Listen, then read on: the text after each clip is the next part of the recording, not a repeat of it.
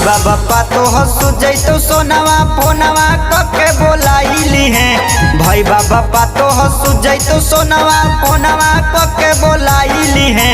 कानावा के छौड़ा बाली दी है और ठंडा ली लगा के चुमाली है। अच्छा कानावा के छौड़ा बाली दी है और ठंडा ली लगा के चुमाली है। सुन भाई बाबा पातो हसु जैतो सोनवा फोनवा कके बोलाइली है।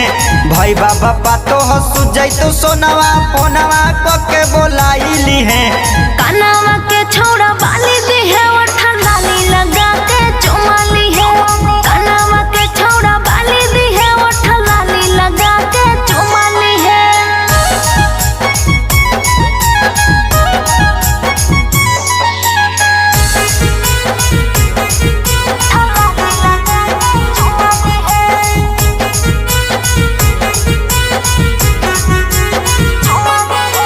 मिले खातिर सोना मन हो पागल। अहे ना अभी मोर भैया हो जागल। आगे जल्दी उपाय कर। का हो मिले खातिर सोना मन हो पागल। अहे ना अभी मोर भैया हो जागल। आई बहू पे छुतिया से अमरुदिया दोनों तोरे दी हैं।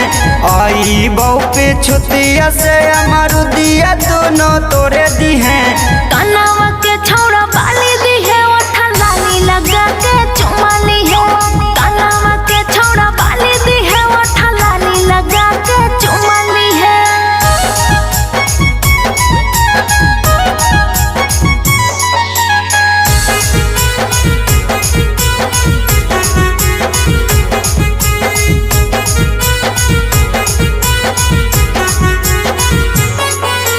जैसन तैसन सोना मन हो तो हमर। धीरे धीरे ली है धोई के कमर। तब तक बड़ी मजा तुगे।